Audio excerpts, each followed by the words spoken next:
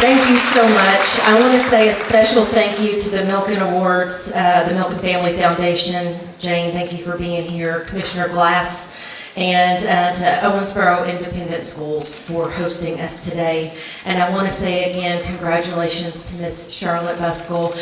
Wherever your class is, lunch is on her today, okay? But here's the truth. Teachers like Charlotte work tirelessly to make your lives better. They show up every day to help you, whether it's sponsoring the Student Technology Leadership Program, after school clubs, mentoring students, and volunteering at book fairs and family nights and all of those things. They show up for you. And it is such an honor to be able to be here to celebrate excellence. But can you guys do me a favor? Because I know how much your teachers love you. So can we give them a big round of applause and tell them thank you?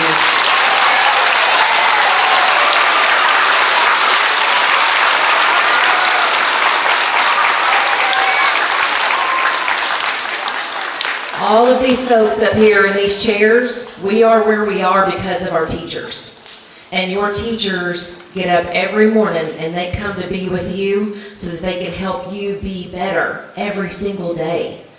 And it's with that honor that we are here to celebrate Charlotte Buskill and her excellence in her classroom. And so I think, have you gathered yourself yet? Okay, she's good. So I'm going to turn it over. Back to Jane, and she's going to introduce Ms. Buskill, but congratulations to you. Thank you for the sacrifices that you make, and to all of her colleagues, also lunches on her. So, I always think back to a teacher at Bergen Elementary.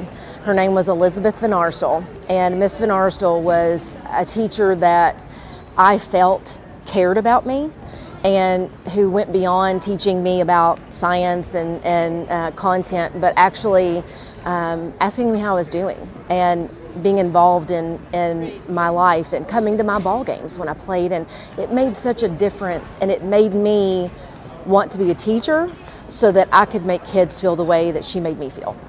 So, like I said, I've been a teacher my entire career, and I became a teacher because I wanted to make a difference.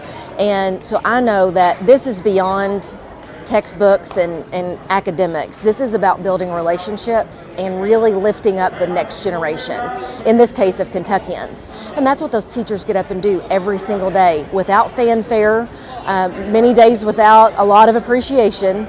And so the fact that they continue to do this great work